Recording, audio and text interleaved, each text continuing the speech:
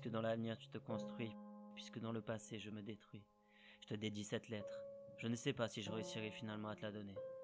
Mais quand je le ferai, si je le fais, tu te diras certainement « Mais quel con qui me parle comme on écrit des chansons ?»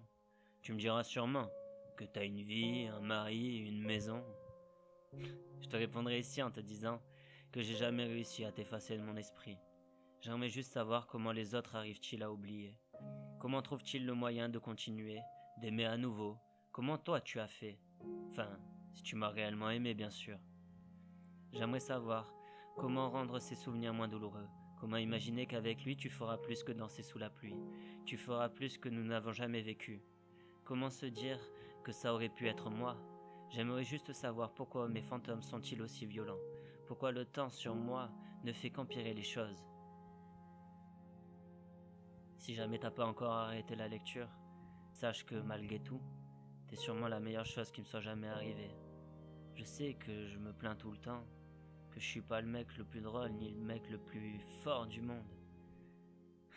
C'est peut-être pour ça d'ailleurs que t'es parti. Mais avec toi, j'avais enfin réussi à vivre. Tu m'avais donné confiance en qui j'étais et en qui je suis aujourd'hui. Même si ça me fait encore putain de mal quand je repense à nous, quand je pense à lui. Je sais que tout ça c'est positif. Je sais que ça va m'apporter plus que ce que je vais perdre. Pour terminer, j'aimerais te dire de jamais changer.